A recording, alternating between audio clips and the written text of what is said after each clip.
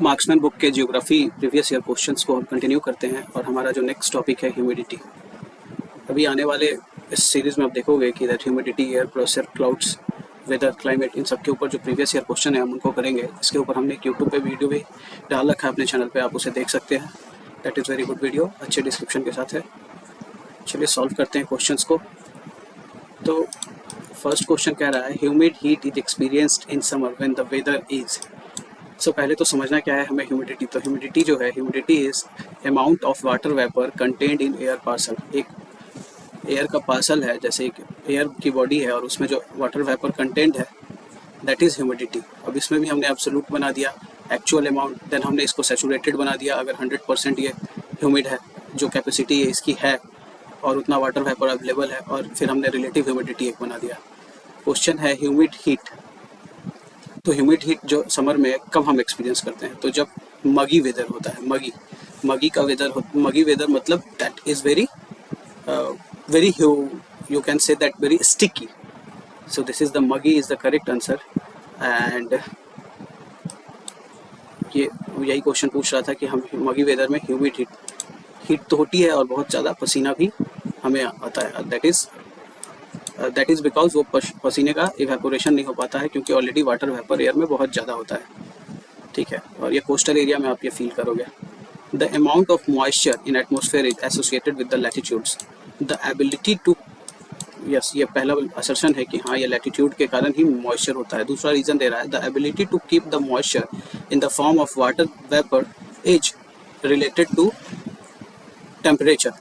So the correct answer is A. Yes, both A and R are true, और R जो है इसका correct explanation है।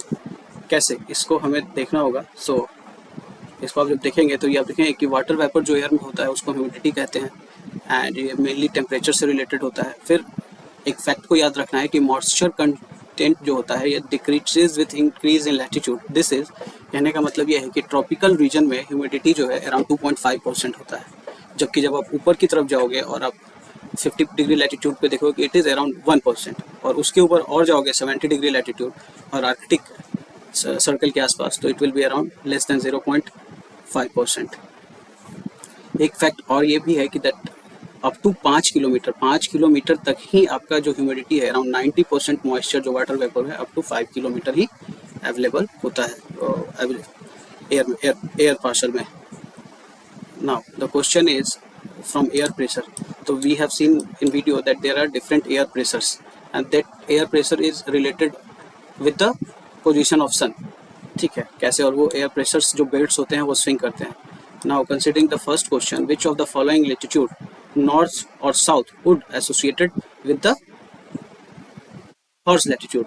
तो हमने देखा था कि 30 डिग्री से लेके 35 डिग्री नॉर्थ और साउथ ऑफ इक्वेटर जो एरिया होता है नॉर्दर्न और साउदर्न हेमिस्फेयर में, वो एरिया को हम लोग हॉर्स लैटिट्यूड कहते हैं।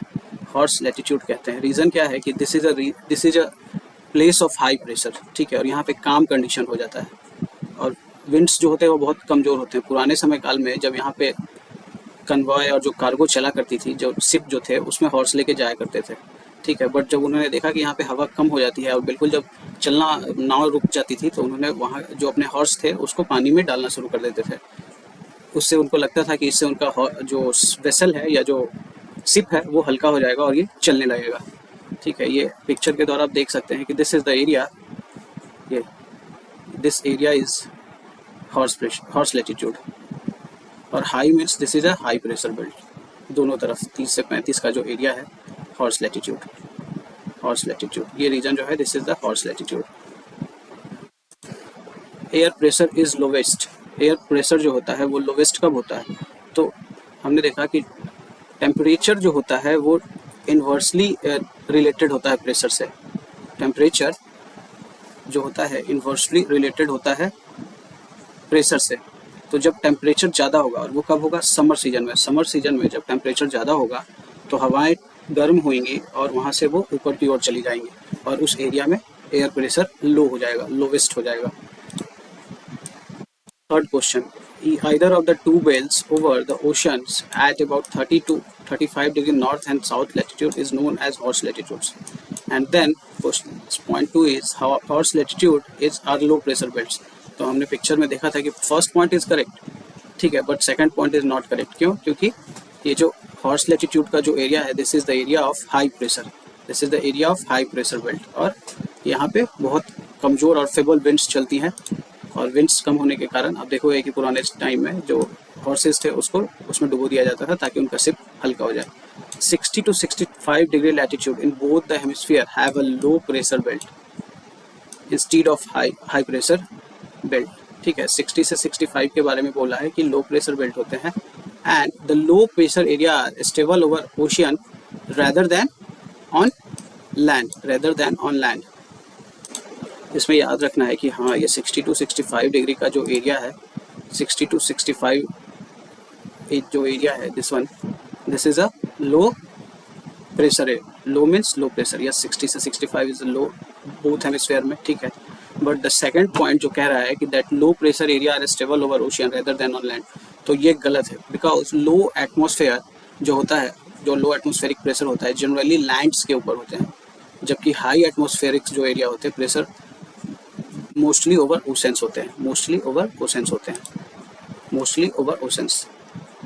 ये ओशन की जगह लैंड हो जाएगा और यहाँ पे ओशंस हो जाएगा। तो correct is A is true but R is false. एक दो क्वेश्चन ही है, बट आप अगर इसे देख लोगे अच्छे से लूसेंट्स में तो आपका क्लैरिटी आ जाएगा कि क्या है एयर प्रेशर और एयर प्रेशर बेल्ट्स क्या है। क्लाउड्स के बारे में बात करते हैं, तो इसके ऊपर भी एक अच्छा सा वीडियो है that related to the weather and climate, उसमें क्लाउड्स के बारे में हमने बात किया है।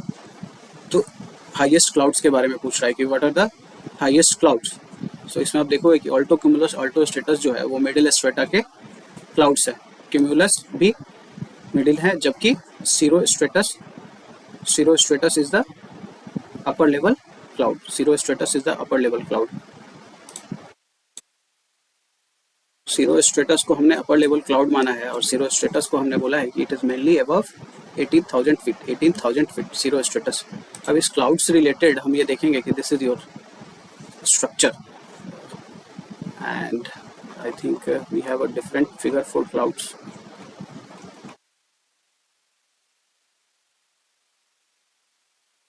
So इसको याद रखना है कि ऑल्टो क्यूमुलस और जो ऑल्टो स्ट्रेटस है, these are the middle level clouds, जबकि सीरो स्ट्रेटस जो है वो अपर लेवल क्लाउड्स है। क्यूमुलस स्ट्रेटोक्यूमुलस स्ट्रेटस ये जो है क्यूमुलो स्ट्रेटस ये जो है, ये सब आपके लोअर लेवल क्लाउड्स हैं। So cirrostratus is the upper clouds. उसके बाद क्वेश्चन है that clouds are the results are, तो क्लाउड्स किसके रिजल्ट है? क्लाउड्स जो रिजल्ट्स है, these are the results of the condensation. ठीक है, कंडेंसेशन। सो कंडेंसेशन में क्या होता है कि जो क्लाउड्स है, that clouds become when air has having the maximum potential of water vapour it can contain, और जब उसे एक टेम्परेचर मिलता है जिसे ड्यू पॉइंट बोलते हैं हम, अगर वो ड्यू पॉइंट अगर अचीव कर लेता है तो इट बिकम्स क्लाउड्स। ठीक है, तो फर्स्ट एक एयर पार्सल होना चाहिए जो 100% ह्यूमिड होना चाहिए, मतलब उसकी जो ह्यूमिडिटी है वो मैक्सिमम होनी चाहिए और वो सैचुरेटेड होना चाहिए, and then it should get a dew point, और ड्यू पॉइंट होने के बाद वो कंडेंसेशन होगा उसका, और कंडेंसेशन होकर वो क्लाउड बनेगा। Which of the following cloud is responsible for the intense rain? So nimbostratus, देखो दो तरीके के क्लाउड्स जो हैं वो बारिश करते हैं, एक तो nimbostratus और एक cumulonimbus। ठीक है, so nimbostratus are the clouds which are mainly responsible for the heavy or high intense rain। Cumulonimbus is also responsible for rain but not up to that extent। These are the clouds with vertical development, मतलब कि lower से middle level higher level तक पहुंचेगा, और that is why cumulonimbus is considered potentially hazard for the aviations. तो CB cloud से लोग बचते हैं, aviators. Consider the following climatic and geographical phenomena, क्या बोला है? Condensation, high temperature and humidity, orographic और वर्टिकल विंड्स। तो थंडर क्लाउड्स के डेवलपमेंट में which of these phenomena responsible? So इसमें आप देखो कि पहले ये वर्टिकल विंड्स होंगे, देन कंडेंसेशन होगा और हाई टेम्परेचर एंड ह्यूमिडिटी होगा, बट ओरोग्राफी का there is no such relation with the thunder clouds. Thunder clouds का इससे इसका कोई रिलेशन नहीं है। तो correct answer is 1, 2 and 4, 1, 2 and 4। ठीक है, ये आपको इस पिक्चर में इसमें थंडर क्लाउड्स को देखने की कोशिश करेंगे हम लोग। सो this is your thunder clouds, ये थंडर स्टॉर्म का जो स्ट्रक्चर है थंडर क्लाउड्स है ये, इसमें सीबी क्लाउड्स भी होंगे। This is your CB clouds. पे ओरोग्राफी का रिलेशन कुछ नहीं होता है। Orography means causing rainfall due to an obstruction in the path, और वो ऑब्स्ट्रक्शन कुछ भी हो सकता है, like a mountain, like a hill.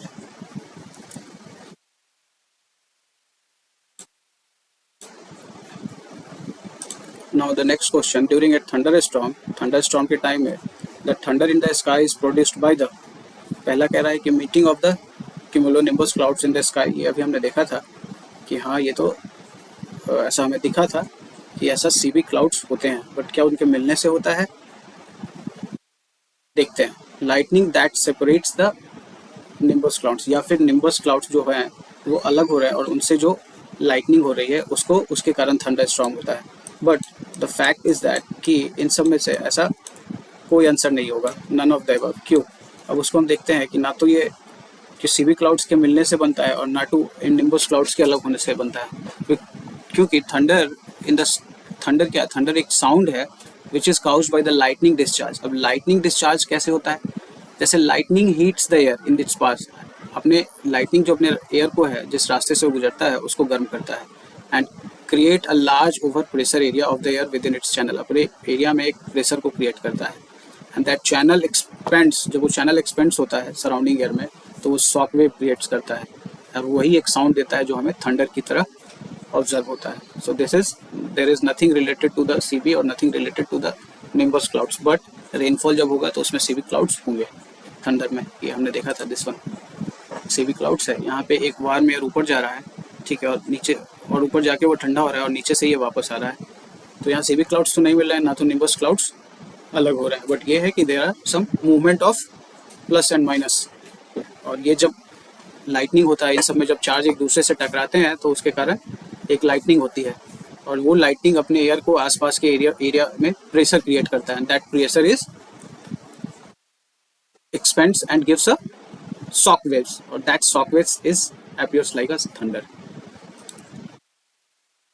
winds की बात करते हैं तो winds हमने ये देखा था कि there are different type of winds जिसको हम प्लेनेटरी विंड्स कहते हैं। ये स्पेशली उसी विंड्स की बात कर रहा है। तो लेट्स स्टार्ट। क्या कह रहा है? What are the roaring 40s, furious 50s and streaking 60s? तो ये सब क्या है? ये सब पछुआ पवने हैं। पछुआ पवने हैं, these are in the southern hemisphere and they have very violent speed. Violent speed होता है दक्षिण हेमिस्फीयर में, दक्षिणी गोलार्ध में, जस्ट बिकॉज कि वहाँ पे कंटिनेंट्स एरिया कम होते हैं, तो यहाँ पे वो बहुत पोटेंट दिखते हैं, और इन्हीं के कारण हम ये बोलते हैं। अब ये देखो, this is I just give you this one. ये देखो, ये जो है वेस्टर्ली जो दिस एरिया में यहाँ पे जो भी आपको इस तरीके के जो मिलेंगे उन्हीं का नाम दिया गया है रोरिंग 50s, 40s, ठीक है, स्ट्राइकिंग फ्यूरियस 50 और स्ट्राइकिंग 60s। सो ये सब क्या है? वेस्टर्लीज हैं जो दक्षिणी गोलार्ध में चलते हैं। In which of the following regions, कौन से एरिया में long 40s winds blow? Long 40s winds blow किस एरिया में ब्लो करते हैं? तो it is in the Indian Ocean. Long 40s जो है वो आपके इंडियन ओशन में ब्लो करता है, इंडियन ओशन में ब्लो करता है, ठीक है, एंड यस, इंडियन ओशन में। द टर्म रोरिंग 40s, गरजता चालीसा, रेफर्स टू, किसको कहते हैं? So these are the strong ocean winds between 40 to 60 degree south, ठीक है। What is the effect of chinook winds in the central plain in Asia? Actually ये local winds की कहानी यहाँ पे आ गई है, बट फिर भी आप जान लीजिए कि ये जस्ट टेम्परेचर जो है वहाँ पे इसको बढ़ा देता है, ठीक है, और बढ़ाने के कारण ये इसे स्नो ईटर भी कहते हैं, और ये यूएसए के एरिया में चलता है, central plain of USA, central plain of USA. और this is your chinook is here, और चिनुक नाम का आपका एक हेलीकॉप्टर भी है आपके पास जो आपने यूएसए से लिया है, ठीक है। This is a combat helicopter, ठीक है। What causes wind to deflect towards the left?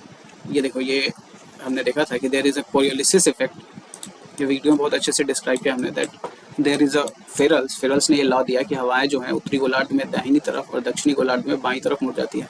वो लेकिन मुड़ती किस लिए है? ये इफेक्ट होता है Coriolis, and that is related to the rotation of earth on its axis.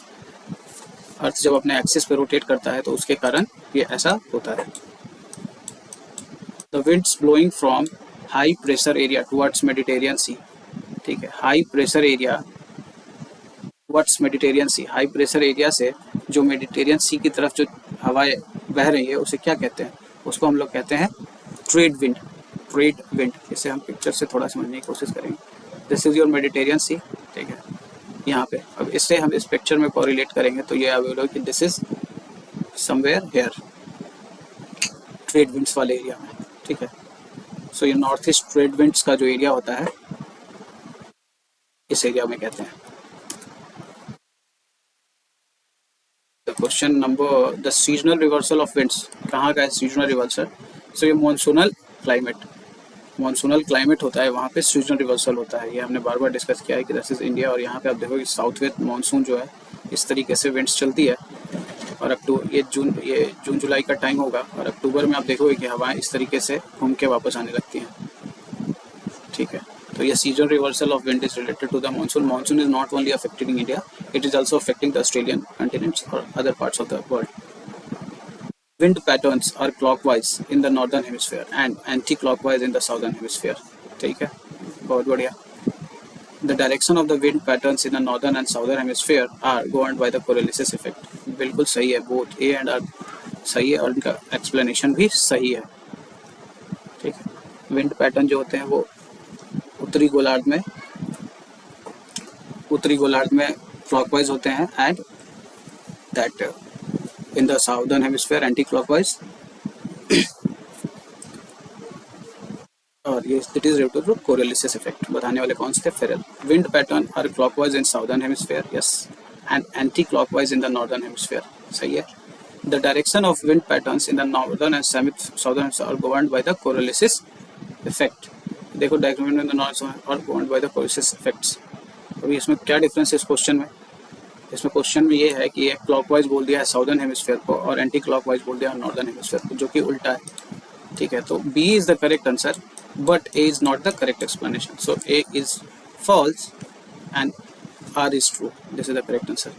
पछुआ पवन westerlies in southern hemisphere are stronger and persistent than in northern hemisphere. क्यों भाई, ऐसा क्यों है?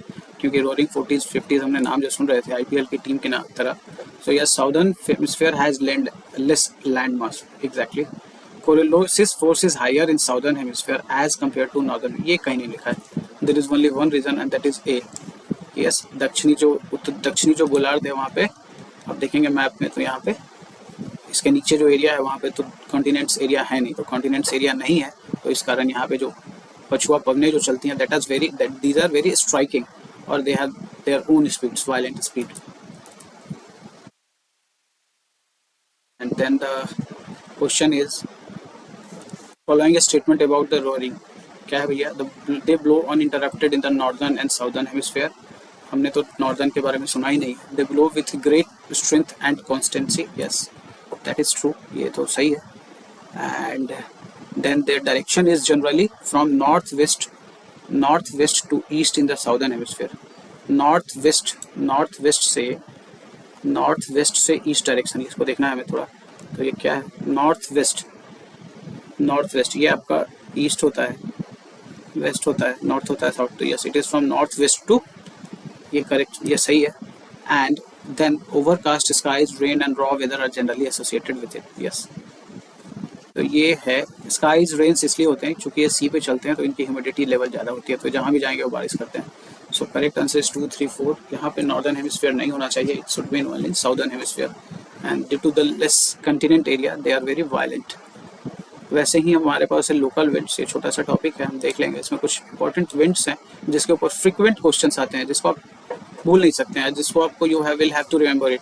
जैसे foehn is a local wind, तो foehn is a local wind है, ये आल्प्स के ऊपर बहता है, और it is the northern slope of Alps, और ये स्विट्जरलैंड के ऊपर बहता है। इसमें जनरली नॉर्मल क्वेश्चंस के जो नेचर होते हैं वो एरिया अफेक्टेड, हॉट या कोल्ड क्या है, वार्म या कोल्ड है, और उनका इफेक्ट क्या है, एंड क्या वो फूड दैट हार्मफुल है या बेनिफिशियल है, इस तरह के क्वेश्चंस आते हैं। तो हम फॉन को देख लेंगे, फॉन कहाँ है।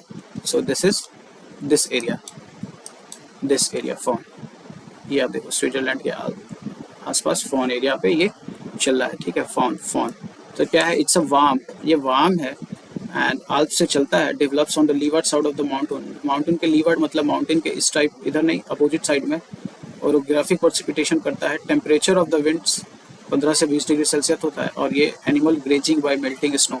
तो यही काम चिनूक जो था यूएसए में कर रहा था, ठीक है, और वही काम यहाँ पे स्विट्जरलैंड में फॉन कर रहा है। Which one of the following pair is not correctly matched, ठीक है, ये सब अच्छे क्वेश्चन हैं।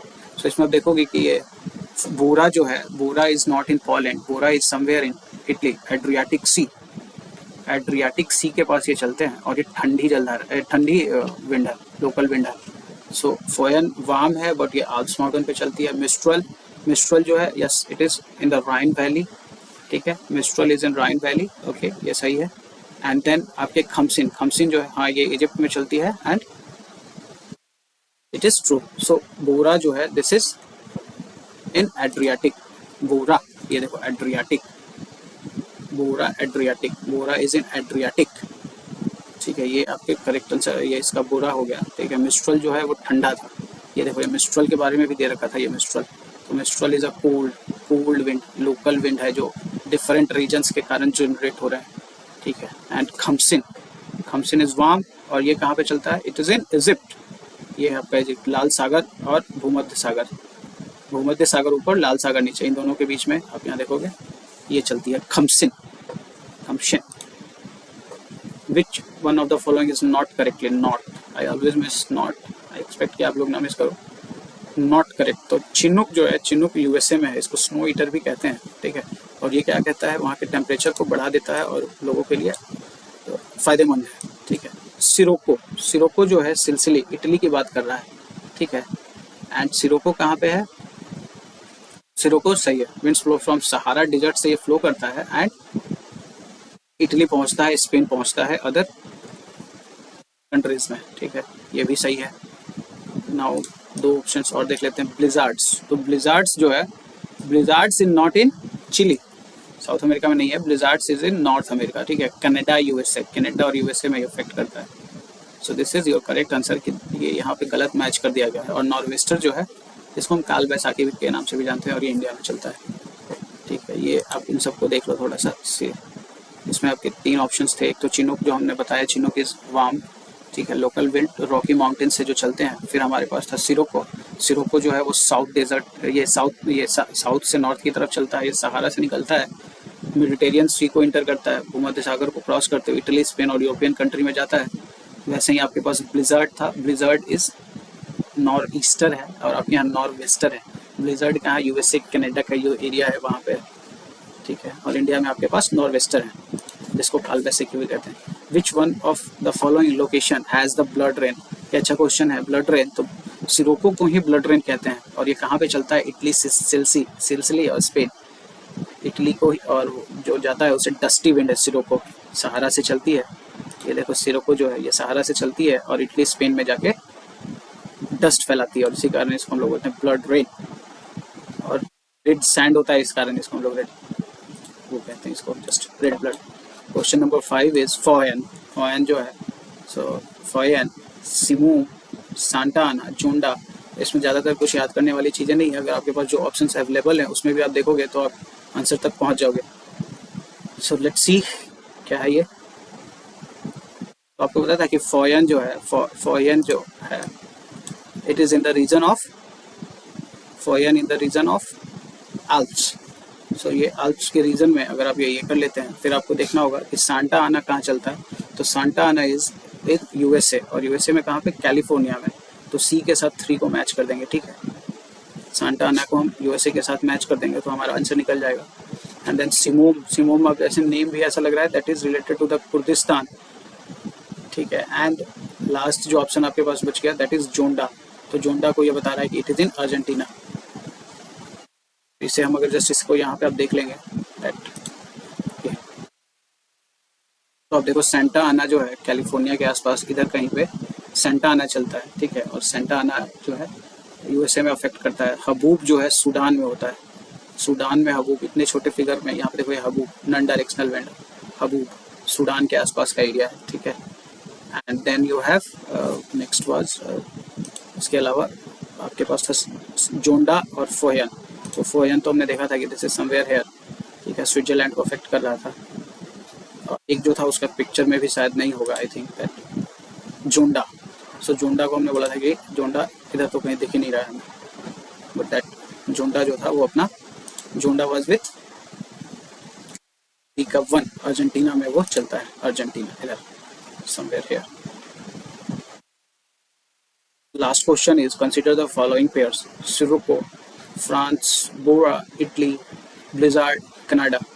ठीक है, ब्लिजार्ड को हमने which one of the is not correctly matched, not बोल रहा है, ये तो हमने देखा था। ब्लिजार्ड जिसको हम नॉर्थ ईस्टर भी बोल रहे थे, ये तो कनाडा में और यूएसए में चल रहा था। बोरा, बोरा जो था, बोरा जो आपका जो है that is related to the bora is related to the Italy, yes it is correct.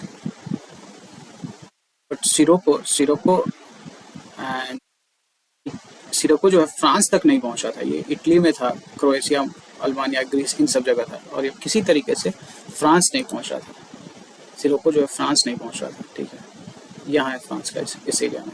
सो ये फ्रांस नहीं पहुंच रहा था, तो इसमें कौन नहीं करेक्टली मैच्ड है? तो A is not correctly matched, A is not correctly matched. So इस तरीके से आपने देखा कि ये प्लेनेटरी इवेंट्स, लोकल इवेंट्स क्या थे, और आप ज़्यादा क्लैरिटी के लिए वीडियो देखें, उसमें थोड़ा अच्छे से आपको कुछ आइडिया मिलेगा।